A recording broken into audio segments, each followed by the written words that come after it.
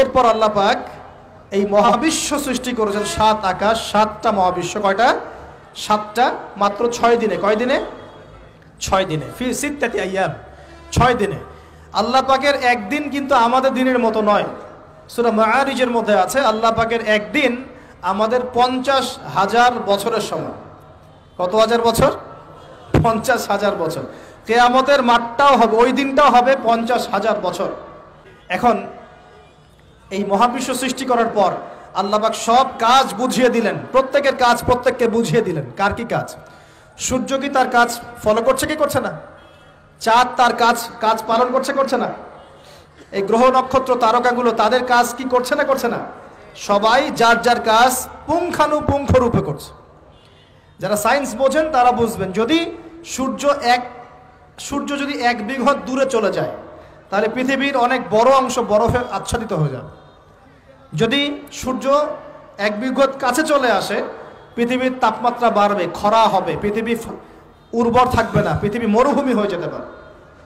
তো মহাবিশ্বের প্রতিটা সৃষ্টি আল্লাহ পাকের আদেশ পালন করে চলে, শুধু 2টা সৃষ্টি করে না। কেন করে না সামনে আসছে। এবার আল্লাহ পাক অন্যান্য মাখলুক সৃষ্টি করেছেন এবং পৃথিবীর জন্য আল্লাহ পাক জিন জাতি সৃষ্টি করেছেন। কোন জাতি? জিন জাতি। পৃথিবী আগে না জিন আগে? বলেন। আগে পৃথিবী। জিন জাতিকে সৃষ্টি করে আল্লাহ পাক পৃথিবীতে থাকার সময় দিয়েছিলেন। তারা তাই করেছিল, আজকের মানুষরা যাই করছে। তারা আল্লাহ পাকের বিরুদ্ধাচরণ করা শুরু করেছে, আল্লাহ পাক তাদেরকে ধ্বংস করে দিয়েছে। তবে একজনকে রেখে দেয়া হয়েছে। কাকে? তার নাম হচ্ছে ইবলিস। কি নাম? ইবলিস। সে আল্লাহর বড় আবেদ ছিল। আল্লাহর ইবাদত করতে করতে করতে সে এমন একটা মর্যাদা পেয়ে যায় যে ফেরেশতাদের উপরে আল্লাহ পাক তাকে মর্যাদা দিয়ে দিচ্ছে। ফেরেশতাদের সর্দার বানিয়ে দেওয়া হয়েছে। কাকে? ইবলিসকে। আচ্ছা, এবার পৃথিবী কিন্তু তার জায়গায় আছে। পৃথিবী কিন্তু ধ্বংস হয়ে যায় নাই। পৃথিবী আগে সৃষ্টি করা হয়েছে, ওটা তার জায়গায় আছে। অনেক দিন পর, অনেক দিন বলতে কতদিন আল্লাহ ভালো জানেন, আমরা জানি না। কত লক্ষ বছর, কত কোটি বছর আল্লাহ ভালো জানেন, আমরা জানি না। আমরা জানি সূরা দাহারের 1 নম্বর আয়াত। আল্লাহ বলছেন হাল আতা আলাল ইনসান হিনুম মিনাদ দাহর লাম ইয়াকুন শাইআম মাযকুরা। মানুষের উপরে এমন সময় চলে গেছে যে মানুষ একটা আলোচ্য বিষয় ছিল না, এই মহাবিশ্বে অস্তিত্বই ছিল না মানুষের।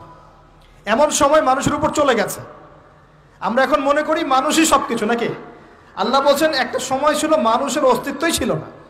আল্লাহ পাক বহুদিন পরে এবার ফেরেশতাদেরকে ডাকলেন, ডেকে বলছেন ওয়াইজ ক্বালা রাব্বুকা লিল মালায়েকা ইন্নী জাঈলুন ফিল আরদি খলিফা। হে আমার ফেরেশতারা, আমি ওই জমিনে, পৃথিবীতে, আরদে আমি আমার খলিফা পাঠাতে চাই। কি চাই? খলিফা পাঠাতে চাই। আল্লাহর খলিফাকে এক কথায় যে আল্লাহর হুকুম মেনে চলে, যে আল্লাহর হুকুম মেনে চলে এবং প্রতিষ্ঠা করে, ন্যায় বিচার প্রতিষ্ঠা করে, সে আল্লাহর খলিফা। যে আল্লাহর হুকুম মানে না, প্রচার প্রসার প্রতিষ্ঠাও করে না, ন্যায় বিচারও করে না, সে আল্লাহর খলিফা নয়, শয়তানের খলিফা। কথা ক্লিয়ার?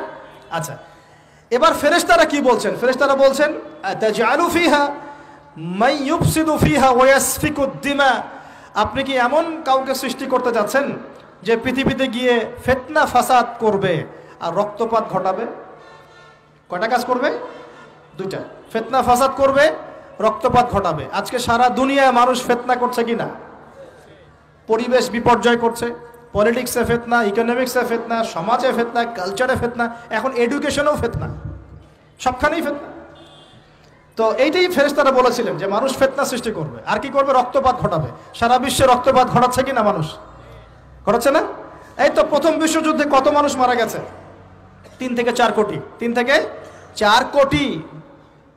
নবী সাল্লাল্লাহু আলাইহি ওয়াসাল্লাম এবং সাহাবীরা যত যুদ্ধ করেছেন ইসলামের জন্য, সবগুলো যুদ্ধের পরিসংখ্যান মিলালে 10,000 মানুষও মারা যায় নাই। 10,000ও না। আর তোমাদের শুধু প্রথম বিশ্বযুদ্ধেই 3 থেকে 4 কোটি মানুষ মারা গেছে।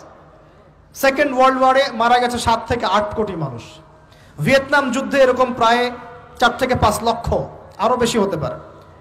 চায়নায়, রাশিয়ায়, আপনার ইতালিতে যে বড় বড় রেভলিউশনগুলো হয়েছে, দেখবেন লক্ষ লক্ষ মানুষ মারা গেছে, লক্ষ লক্ষ।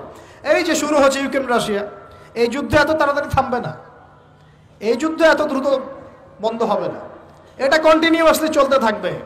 ওদের প্ল্যান ছিল সিরিয়াকে নিয়ে, সিরিয়াকে কেন্দ্র করে তার একটা মালহামা চেয়েছিল, গ্রেট ওয়ার, বিশ্বযুদ্ধ। ওটা হয়নি, আলহামদুলিল্লাহ হয় নাই, আলহামদুলিল্লাহ হয়নি। এখন নতুন পরিকল্পনা হচ্ছে এই যে ইউক্রেন রাশিয়া ইস্যু নিয়ে সারা ওয়ার্ল্ডে একটা ফেতনা সৃষ্টি করে। অলরেডি তারা ফেতনা সৃষ্টি করেই ফেলেছে। গ্যাসের দাম বেড়ে গেছে, তেলের দাম বেড়ে গেছে, এক্সপোর্ট ইম্পোর্ট কলাপস করছে, অনেক সমস্যা হচ্ছে এবং এটাকে জিয়ে রাখা হচ্ছে অস্ত্র দিয়ে, প্রযুক্তি দিয়ে, হ্যাঁ, ট্যাঙ্ক দিয়ে, সমরাস্ত্র দিয়ে ওরা জিয়ে রাখছে যুদ্ধটাকে, যে চলুক, কন্টিনিউয়াসলি চলতে থাকে। কারণ তাদের উদ্দেশ্য হচ্ছে পুরো বিশ্বে একটা ম্যাসাকার যুদ্ধ লাগানো। এটা আস্তে আস্তে আপনারা বুঝতে পারবেন, আমাকে কিছুই বলতে হবে না, আস্তে আস্তে আপনারা এমনি বুঝতে পারবেন। সারা বিশ্বে একটা গ্রেট ওয়ার হতে পারে, যেটাকে মিলিটারি অ্যাফেয়ার্স যারা বুঝেন তারা বলেন যে নিউক্লিয়ার ওয়ার বা পারমাণবিক যুদ্ধের কথা বলেন। এটা কিন্তু আমাদের দরজায় দাঁড়িয়ে আছে। আমরা দোয়া করি এমনটা না হোক, কিন্তু হতে পারে। আমরা দোয়া করি এমনটা না হোক, কিন্তু হতে পারে। হলে কি হবে সেই চিন্তা আমাদের করতে হবে। তো যারা